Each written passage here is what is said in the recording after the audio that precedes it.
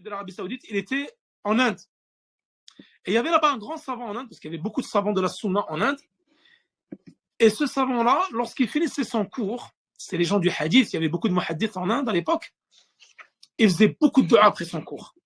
Et à chaque fois, il faisait une dua et il maudissait le Cheikh Mohammed Abdel Wahab.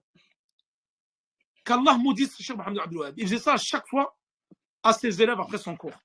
Et une fois, le Cheikh Abdullah al-Qara'awi, il était choqué quand il a entendu cela.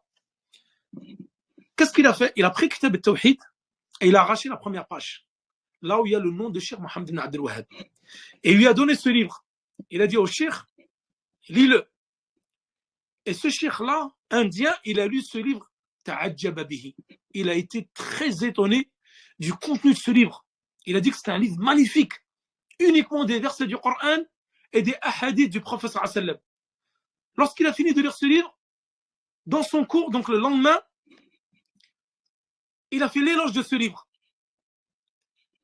Et Cheikh Abdullah al-Qara'awi, il est venu le voir et il lui a donné cette première page qu'il a coupée, qu'il a arrachée.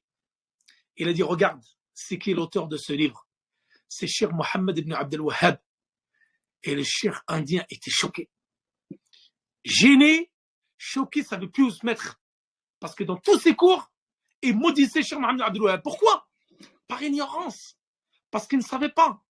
Parce que les gens, à l'époque, en Inde, dans les différentes contrées, ils appelaient ce qu'on appelle la da'wa Cheikh Mohammed Wahhab al-Wahhabiyya. Donc cette choubha qui est très présente actuellement, d'ailleurs, dans nos pays. Les gens, lorsqu'ils appellent, ou lorsqu'ils étudient les livres de Cheikh Mohammed Wahhab, ils disent al-Wahhabiyya, al-Wahhabiyyoun. Et je vais raconter une autre anecdote, et pour finir celle-là.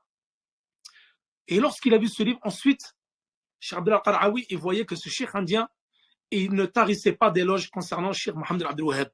Après sa cour, il faisait les éloges de Cheikh Mohammed et il l'invoquait pour lui.